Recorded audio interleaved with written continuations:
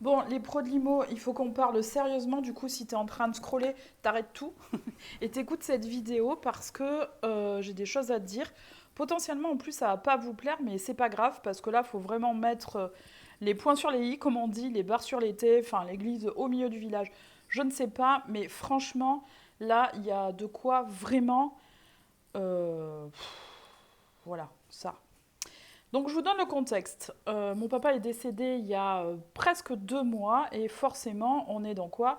On est dans l'étape de la succession avec l'évaluation du patrimoine et notamment de la maison dans laquelle il vivait.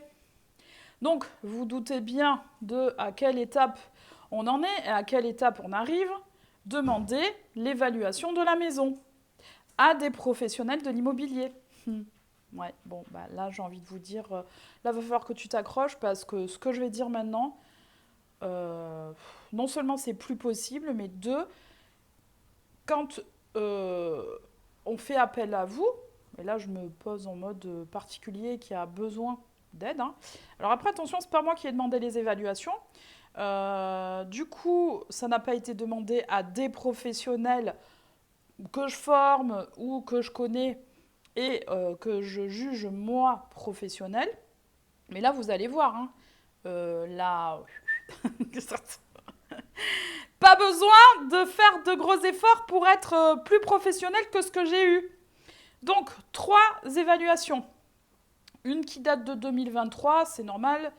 Apparemment, ils avaient demandé une estimation voilà, en 2023. Donc, mais je vais quand même vous en parler parce qu'elle est quand même intéressante.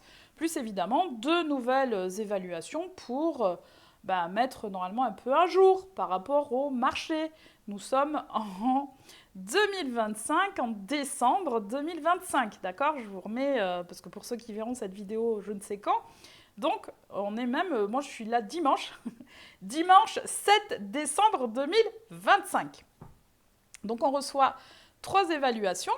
La première, je vous dis, date de 2023. Mais il y a quand même des choses à dire sur cette évaluation de 2023, puisque les comparables qui ont été pris en 2023 sur les bien vendus, hein, biens qui sont censés représenter le marché et notamment la valeur du bien, puisque pour ceux qui ne sont pas au courant, et apparemment il y a beaucoup de gens qui n'ont pas l'air au courant, quand on fait une évaluation, on se base sur les biens vendus. Les autres servent à argumenter, mais le prix final, il sort sur des biens vendus. D'accord? Donc, quand on est en 2023 et quand on prend des comparables vendus de 2019, 2020 et 2021, voilà. Pour les 2 autres professionnels, je vous assure, c'est pas mieux. Et puis, commencez pas à me dire oui, c'est des mandataires ou quoi que ce soit. Il y en a 2, ce sont des agences immobilières, dont une grosse enseigne, très grosse enseigne. Et l'autre, je sais pas, elle se dit agence immobilière, enfin, il ou elle, je sais plus, hein, on s'en fiche. J'ai pas vérifié, donc je sais pas si le troisième est mandataire ou agence immobilière. J'en sais rien. Mais quand même, 2 sur les 3, c'est sûr et certain, ce sont des agences immobilières. Et puis, ah oui, au passage, ne me donnez pas en commentaire, ne me dites pas en commentaire, ah ben Steph, si tu veux, je te propose une estimation. Non, c'est pas la peine, j'ai vu ce que ça pouvait donner, je sais faire des estimations, c'est pas la peine, merci. J'ai ce qu'il me faut en termes de... Ouf. Voilà. Les 2 autres estimations datent du printemps, on va dire 2025. Il y en a une des 2 où on me sort des comparables de biens vendus 2021. On est pas mal. La troisième me sort des comparables de 2024. Soit. C'est quand même un peu loin, hein.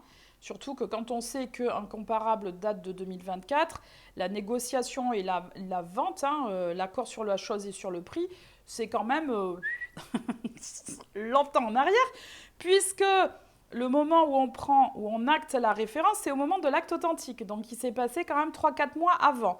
Donc il y a quand même, allez, 6 bons mois d'écart, voire plus. Déjà, voilà, donc sur les dates des biens vendus qui sont censés être les plus importants pour définir le prix de la maison.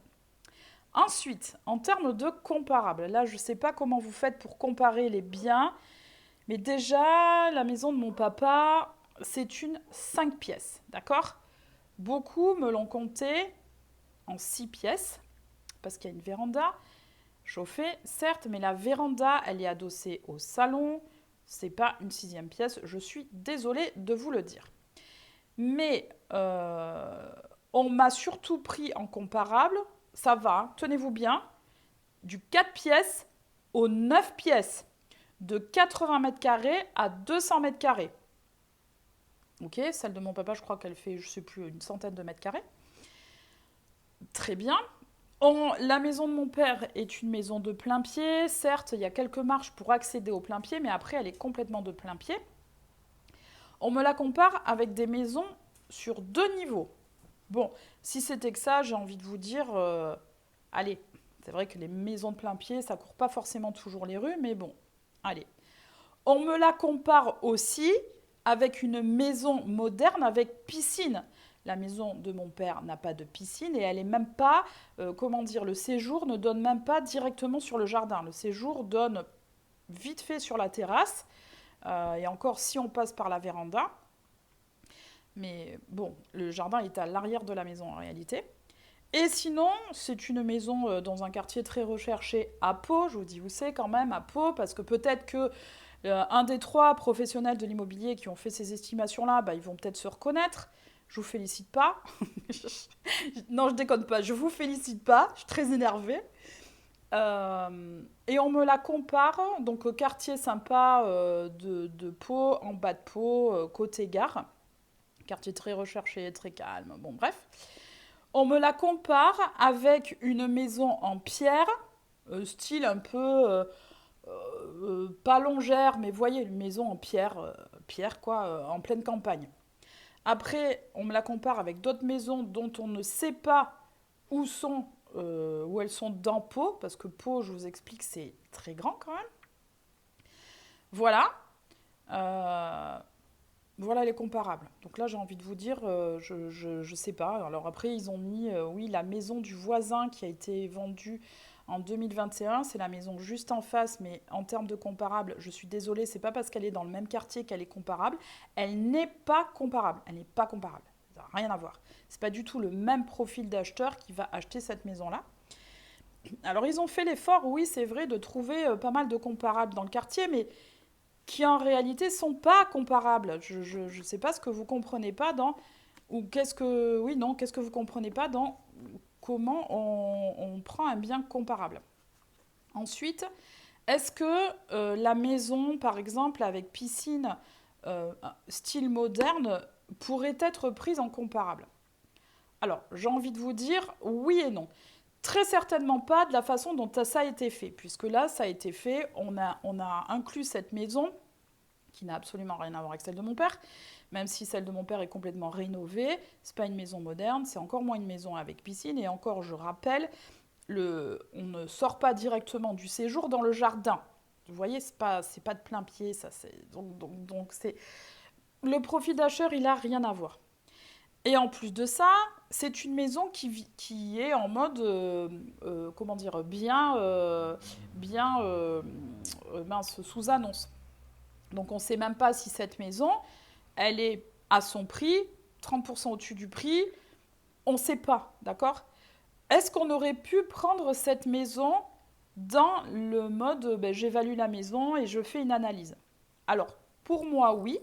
Encore une fois, pas comme ça a été fait, mais on aurait pu le faire si ça avait été un bien vendu et qu'on l'aurait pris pour le vendeur comme un interdit. C'est-à-dire, là, monsieur, vous voyez, on ne peut pas aller à ce montant-là parce que à ce montant-là, ce sont des maisons modernes avec piscine. À la limite, là, oui, on aurait pu l'intégrer. Mais là, de la façon dont ça a été fait, pas du tout. Donc, ce qu'il faut que vous compreniez, c'est que déjà, par rapport à des successions, il faut que vous sachiez que c'est quand même le vendeur actuellement numéro un et ça va être le vendeur numéro un pendant plusieurs années.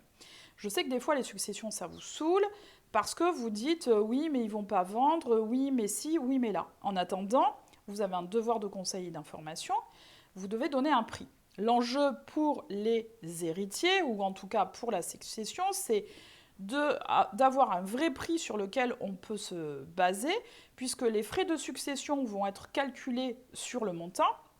Et deuxièmement, si le bien venait à être vendu, pour les héritiers descendants, par exemple, les enfants, il ne faudrait pas que le prix soit trop bas euh, pour pas qu'on leur applique de la plus-value.